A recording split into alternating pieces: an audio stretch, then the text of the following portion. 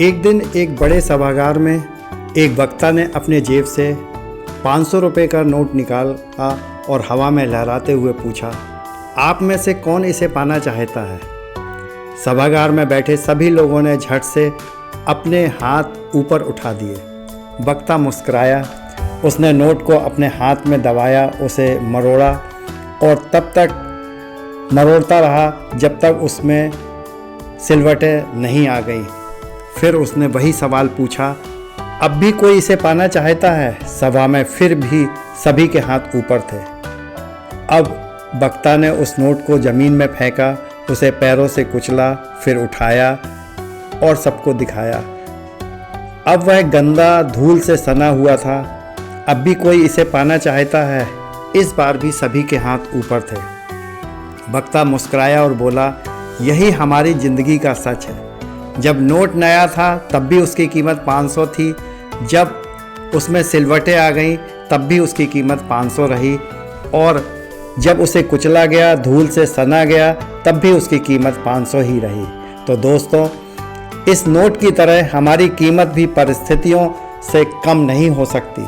हमारी ज़िंदगी में भी कई बार हमें कठिनाइयाँ झेलनी पड़ती है। कभी समाज हमें ठुकरा देता है, कभी हालात हमें नीचे गिरा देती है, लेकिन जब तक हम खुद को नहीं छोड़ते तब तक हमारी कीमत बनी रहती है। अक्सर लोग छोटी छोटी असफलताओं से खुद को कम आंकने लगते हैं। वे सोचते हैं, अब मुझ में काबिलियत नहीं रही, अब मेरा कोई महत्व नहीं रहा, मैं हार चुका हूँ। लेकिन सच्चाई यह है, कोई भी परिस्थितियाँ आपकी असली कीमत को नहीं बदल सकती। अगर आप खुद को कम आंकेंगे तो दुनिया भी आपकी कदर करना कम कर देगी, लेकिन अगर आप खुद को मूल्यवान समझेंगे तो दुनिया भी आपको महत्व देगी।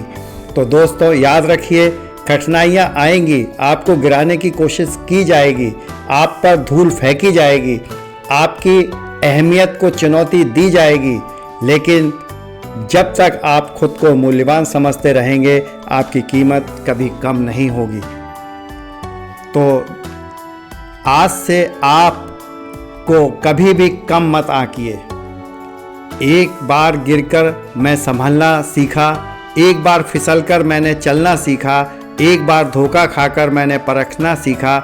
इस तरह जमाने से ही मैं जमाने से लड़ना सीखा, जमाने से लड़ना सीखा।